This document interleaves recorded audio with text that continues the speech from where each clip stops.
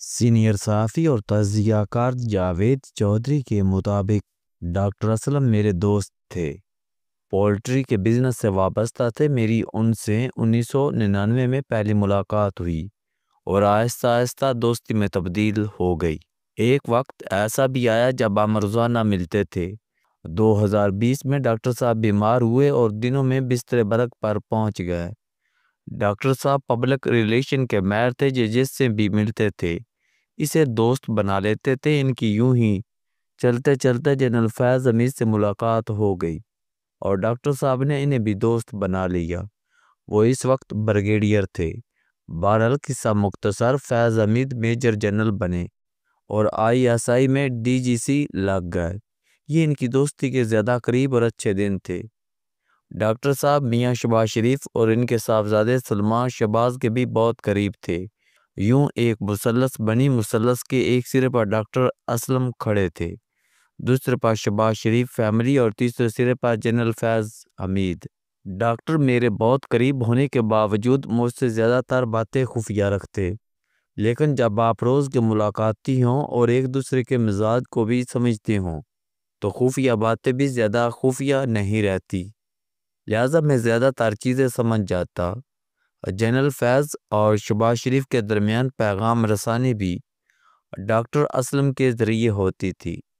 آپ ڈاکٹر صاحب کا جنرل فیض حمید پر اثر کا اندازہ اس حقیقت سے لگا لیجئے، 2018 کے الیکشن میں اکاڑا کی ساری سیٹیں PTI کے پاس جا رہی تھی۔ لاہور میں بھی تباہی کا اعلان تھا، لیکن پھر حمزہ شہباز نے ڈاکٹر اسلم کے ذریعے 10 حلقے مانگے اور وہ سارے حلقے ایک فون کال کے ذریعے نون لیگ کو ملے، اور اس میں سے سید سمسام بخاری کی سیٹ بھی شامل تھی۔ شاہ صاحب کا حلقہ N141 تھا۔ یہ جیت کی تیاری کر کے بیٹھے تھے، لیکن پھر فون آیا اور انہیں سیکٹر کمانڈر کے صوفے پر اطلاع دی گئی، شاہ جی اگلی بار، اور یہ مایوس ہو کر دفتر سے نکل گئے۔ ڈاکٹر صاحب جب بیمار ہوئے تو ان کے علاج کی نگرانی بھی جنرل فیض حمید کا سٹاف کرتا تھا اور ہمیں ان سے ملاقات کے لیے باقاعدہ اجازت لینی پڑتی تھی۔ حنیف عباسی کو جولائی 2018 میں ایفیڈرین کیس میں انسداد منشیات کی عدالت سے عمر قید کی سزا ہو گئی۔ یہ سارا عمل جنرل فیض حمید کے ذریعے ہوا تھا۔ عباسی صاحب بھی ڈاکٹر صاحب کے بہت قریبی دوست تھے۔ ڈاکٹر صاحب نے کئی مرتبہ عباسی صاحب کی سفارش کی، لیکن جنرل فیض حمید ہنس کر ٹال جاتے۔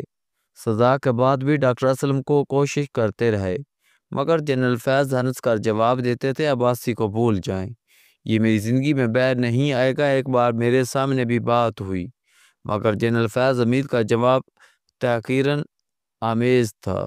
بہرحال قصہ مختصر، ایک دن ڈاکٹر اسلم میرے پاس آئے اور مجھے تیار ہونے کا حکم دیا۔ میں مہینے کے 30 دن جاگنگ ٹراؤزر، ٹی شرٹ اور جاگرز میں رہتا ہوں۔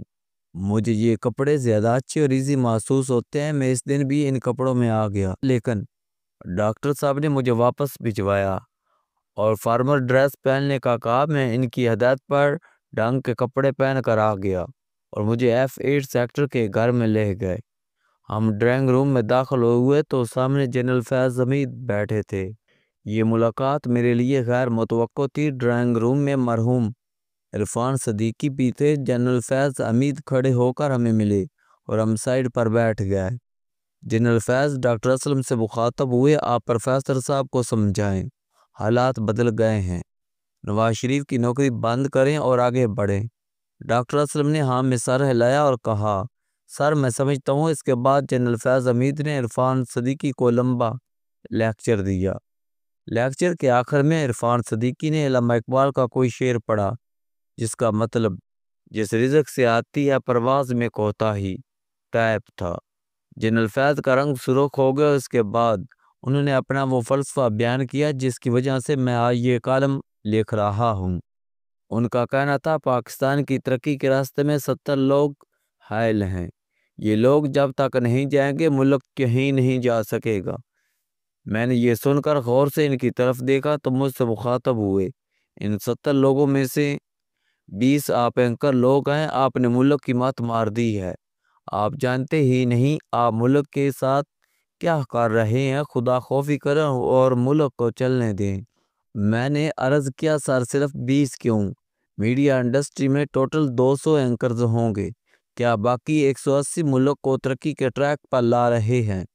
جنرل فیض ہنسے اور کہا نہیں، یہ بھی برے ہیں، لیکن ان 20 لوگوں پر عوام یقین کرتے ہیں۔ لوگ سید طلعت حسین، نصرت جاوید، حامد میر، کامران خان اور جاوید چودھری کو مخلص سمجھتے ہیں۔ آپ لوگ جو کہتے ہیں لوگوں کو اس پر یقین آ جاتا ہے، اور آپ لوگ غلط کہتے ہیں، آپ لوگوں کو مس لیڈ کرتے ہیں۔ میں اس وقت کیونکہ ہاتھی کے سامنے بیٹھا تھا، اور ایسی صورتحال کے بارے میں بزرگ کہتے ہیں انسان کے پاس خاموشی اور برداشت کے سوا کوئی چارہ نہیں ہوتا، اور ظاہر ہے میں بھی انسان تھا، لہٰذا میں نے ویل لیفٹ کیا اور پوچھا اور باقی 50 کون ہے سر؟ جنرل فیض حمید نے فوراً جواب دیا 20 ضدی کامریڈ جج، 20 سو کال سوشل میڈیا انفلوئنسرز اور 10 جمہوریت کے بخار میں مبتلا سیاستدان۔ یہ ٹوٹل 70 لوگ اس ملک کی تباہی کی جڑ ہیں۔ جب تک یہ نہیں جائیں گے ملک کی سمت درست نہیں ہو سکتی۔ ہمارے سامنے ٹی وی سکرین تھی۔ اس وقت سکرین پر خواجہ سعد رفیق کے ٹکرز چل رہے تھے۔ ان کے کیس کی سماعت تھی۔ وکیل نے جج صاحب سے خواجہ صاحب کو جیل سے عدالت لانے کی درخواست کی تھی، لیکن وہ درخواست غالباً مسترد ہو گئی تھی۔ جنرل فیض حمید نے اونچی زبان میں ٹکر پڑھے اور اس کے بعد انگریزی اور پنجابی میں کہا لک دس اینس ڈیموکریسی چیمپئن 1000 پلاٹ کھا گیا۔ ریلوے کے گالف کورس میں کھوتے باندھ دیے اور ایمانداری اور جمہوریت کا بخار بھی جاری ہے۔ یہ ہیں سپیڈ بریکر۔ اس کے بعد وہاں سناٹا طاری ہو گیا۔ یہ سناٹا ایک فون کال نے توڑا۔ جنرل فیض حمید کے موبائل پر کال آئی اور وہ بڑی توجہ سے اسے سننے میں مصروف ہو گئے۔ وہ بار بار سر سر کہہ رہے تھے اور آخر میں پنجابی میں ہو جائے گا سر کہہ کر بات ختم کر دی۔ وہ اس کے بعد ہماری طرف مڑے اور کہا ہاں تو میں کہہ رہا تھا 70 لوگ مسئلہ ہیں۔ میرے باس کہتے ہیں ہمیں 5000 لوگوں کا بندوبست کرنا پڑے گا، جبکہ میں انہیں کہتا ہوں نہیں سر، ملک کو صرف 70 لوگوں کا سر چاہیے اور بات ختم۔ میں نے عرفان صدیقی کی طرف دیکھا، عرفان صدیقی نے میری طرف دیکھا، اور پھر ہم دونوں نے سامنے بیٹھے فرعون کی طرف دیکھا اور وہاں سے نکلنے کا بہانہ تلاش کرنے لگے۔ جنرل فیض حمید کا کہنا تھا پاکستان کے لیے چین کے ماڈل کے علاوہ کوئی آپشن نہیں، ون پارٹی رول ہے۔ صدر ہی صاحب کو چاہے اس کے سامنے کوئی دم نہیں مار سکتا۔ میڈیا گورنمنٹ کے مکمل کنٹرول میں ہے۔ آپ وہاں چوں کر کے دکھائیں، اگلے دن آپ کی لاش ملے گی۔ 1.5 ارب لوگوں کا ملک ہے، وہاں آپ جیسا ایک بھی اینکر نہیں۔ جج اور عدالتیں حکومت کے تابع ہیں۔ پورے ملک کی کسی عدالت میں کوئی سیاسی مقدمہ نہیں۔ پاناما کیس اگر چین میں ہوتا تو سب کو پھانسی لگ چکی ہوتی اور ان کی قبر پر فٹ فٹ گھاس ہوتی، جبکہ یہاں ابھی تک رسیدیں ہی پوری نہیں ہو رہی، اور پھر یہاں کوئی ڈکی بھائی ہے اور کوئی پھکی بھائی ہے، اور پوری قوم اس کے پیچھے پاگل ہو چکی ہے۔ آپ چین میں کوئی ایک سوشل میڈیا انفلوئنسر دکھا دیں، وہاں علی بابا کے فاؤنڈرز بھی حکومت کی اجازت کے بغیر بول نہیں سکتے، جبکہ یہاں گلی گلی میں بل گیٹس پھر رہے ہیں۔ پرینکس اور توہین کی پوری مارکیٹ بن گئی ہے اور قوم ان کے پیچھے دوڑ رہی ہے۔ یہ ملک ہے یا سرکس؟ جنرل فیض حمید رکے، موبائل سکرین پر ٹائم دیکھا، ڈاکٹر اسلم کی طرف متوجہ ہوئے اور بولے ڈاکٹر صاحب کل دوبارہ ملتے ہیں، میں نے ابھی ایک میٹنگ میں جانا ہے۔ ڈاکٹر صاحب نے خوش دلی سے مطالبہ مان لیا۔ جنرل فیض اٹھے، پہلے عرفان صدیقی سے ہاتھ ملایا اور کہا پروفیسر صاحب آپ باز آ جائیں، جیل بڑی سخت ہوتی ہے، میاں صاحب اور مریم صفدر سے پوچھ لیں۔ پھر میرے ساتھ ہاتھ ملایا اور ڈاکٹر صاحب کی طرف موڑ کر بولے آپ نے چودھری صاحب کو سمجھایا؟ ڈاکٹر صاحب نے ہنس کر جواب دیا سمجھا رہا ہوں، جلد سمجھ جائیں گے۔ جنرل فیض حمید نے کہا لگایا اور کہا آپ کر لیں ورنہ مجھے کرنا پڑے گا۔ وہ اس کے بعد مڑے، ڈاکٹر اسلم کے کندھے پر ہاتھ رکھا اور انہیں لے کر کمرے سے نکل گئے، جبکہ عرفان صدیقی اور میں ایک دوسرے کو دیکھتے رہ گئے۔